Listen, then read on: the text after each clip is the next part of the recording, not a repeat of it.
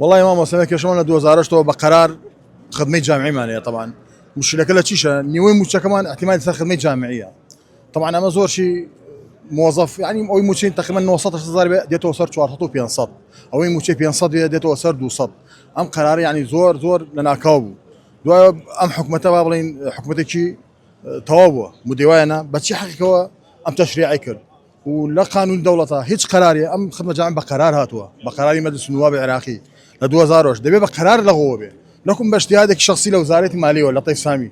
عم قد شو انا يعني معقوله تو راتب لهم دولة كانت الدنيا اجاك شيء اقتصادي شبيه موظفي شيء بس اسمها ككري خانويه كالتزاماتيه كسلفي حكومتيه كبازار جنانا تو يكسر بنجال صد دايقري ويا ام تقدنا بوا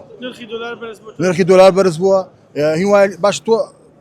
زوري موظف كان سلفين راكش ولا حكومه بفائده شي زور تو دايقري نخير ويا انا يعني معقوليه تو فساد اداري خوتان بس موظفي بسيط هنا كان قدم انا بناك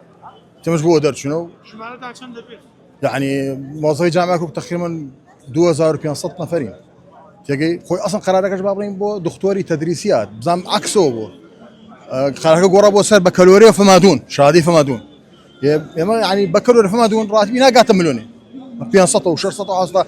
نيواني دابزيه وش الكلويه يعني قطع كان لا دل سطا لا بين سطا نيواني راتبك دابزيه تنوع وزن برامبري وكذا اي لوزون زيات ريبيت شيبي يعني تو اصلا بوراتبه بيدواسي جاني بيناكد بود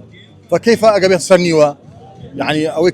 كريتشي وازا كريكينا يعني وينا التزامات تبي حقيقيه بازار جرانا تو يعني شلون قرار بشي بنوايا دات قرار